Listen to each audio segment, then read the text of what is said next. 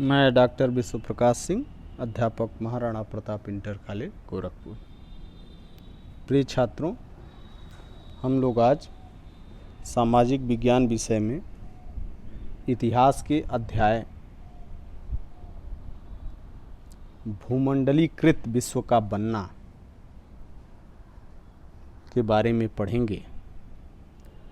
इतिहास का यह अंतिम अध्याय है, क्योंकि इसके बाद जो 2 अध्याय आपकी पाठ्य पुस्तक में हैं, औद्योगिकरण का युग तथा मुद्रण संस्कृति और आधुनिक दुनिया, इन दोनों को इस साल के पाठ्यक्रम से निकाल दिया गया है। कोरोना संकट में जो आपका पाठ्यक्रम 30% कम हुआ है, उसी के तहत इन दोनों चैप्टरों को निकाल दिया गया है। तो इतिहास में केवल आपको ये 3 चैप्टर ही इस बार पढ़ने हैं इस साल के लिए। यूरोप में राष्ट्रवाद का उदय, भारत में राष्ट्रवाद और भूमंडलीकृत विश्व का बनना। तो 2 अध्याय हम लोग पढ़ चुके हैं, लिख चुके हैं। आज हम लोग शुरू कर रहे हैं भूमंडलीकृत विश्व का बनना, जो इतिहास का अंतिम अध्याय है इस वर्ष के लिए। ठीक है, तो चलिए हम लोग शुरू करते हैं भूमंडलीकृत विश्व का बनना। देखिए, पहले तो हम लोग इसको परिभाषित करेंगे कि वैश्वीकरण या भूमंडलीकरण है क्या।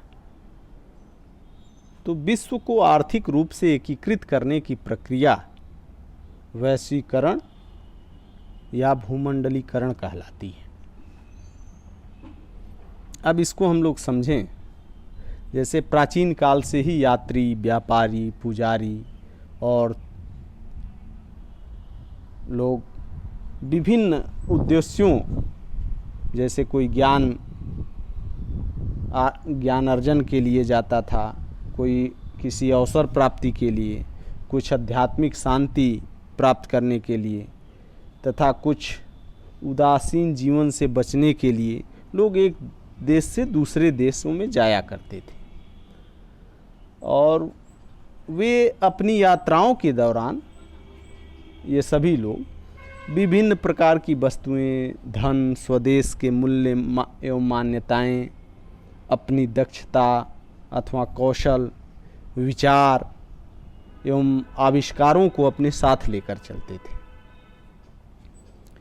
आप लोग सिंधु घाटी के सभ्यता को पढ़े हैं, जानते थे कि उसमें व्यापारी कैसे एक देश से दूसरे देश में व्यापार के लिए जाते थे उस समय भी। तो ये सब क्या है, ये वैश्वीकरण की प्रक्रिया को इससे समझा जा सकता है। और वैश्वीकरण की इस प्रक्रिया के दीर्घकालिक इतिहास का अनुमान इस बात से भी लगाया जा सकता है कि जो मालदीव है, अपना दक्षिण में पड़ोसी देश है, द्वीपीय देश है वो, उसके समुद्र में पाई जाने वाली कौड़ियाँ चीन और पूर्वी अफ्रीका तक पहुँचती रही। इसके साथ ही छात्रों, आज सबसे समकालीन उदाहरण आप लोगों के समक्ष है कोरोना। ये भूमंडलीकरण को अब समझने के लिए इससे अच्छा उदाहरण इस समय के लिए नहीं होगा। कैसे? देखिए, ये चीन से शुरू हुआ और चीन एशिया महाद्वीप का देश है, और ये पूरा अमेरिका, पूरे यूरोप, पूरे विश्व में, अफ्रीका, पूरे विश्व में यह कैसे फैल गया? यह किसका नतीजा है? वैश्वीकरण या भूमंडलीकरण का नतीजा है। क्योंकि आजकल कोई भी चीज़, पूरा विश्व एक गांव की तरह हो गया है। सभी लोग एक दूसरे देश में जाते आते हैं। सामान जो है, बहुत सारी चीज़ें हमारे यहाँ से निर्यात की जाती हैं, बहुत सारी चीज़ें अन्य देशों से हमारे यहाँ लाई जाती हैं। तो ये इसी को ग्लोबलाइजेशन कहते हैं। और कोरोना, देखिए किसी एक देश की बीमारी पूरे विश्व को अपने कब्जे में कर ली। तो ये सारी चीज़ें भूमंडलीकृत या वैश्वीकरण का ही उदाहरण है। अब जैसे प्राचीन काल में एक मार्ग था जिसको सिल्क रूट कहा जाता था, रेशम मार्ग। तो भूमंडलीकरण में वो भी कैसे माध्यम बना, तो विश्व के विभिन्न भागों के बीच जो होने वाली व्यापारिक और सांस्कृतिक गतिविधियां थीं वो इसी मार्ग से, रेशम मार्ग से हुआ करती थी। और ये मार्ग केवल एशिया के विशाल क्षेत्रों को ही आपस में नहीं जोड़ते थे, बल्कि ये एशिया को यूरोप और उत्तरी अफ्रीका से भी जोड़ते थे। इन मार्गों का प्रयोग एशिया से कपड़े और मसालों को विश्व के दूसरे भागों में पहुंचाने के लिए तथा वापसी में सोना चांदी को एशिया में लाने के लिए होता था। ठीक है। इसी तरह कई खाद्य पदार्थ हैं जो एक जगह से दूसरे जगह पहुंच गए, मतलब एक देश से दूसरे देश। बहुत ऐसी चीज़ें हैं जो अपने ही देश में हम लोग उसको जानते ही नहीं थे कि क्या है। इसी भूमंडलीकरण के कारण, वैश्वीकरण के कारण उसको आज हम लोगों का मुख्य भोज्य पदार्थ वो बन गया है।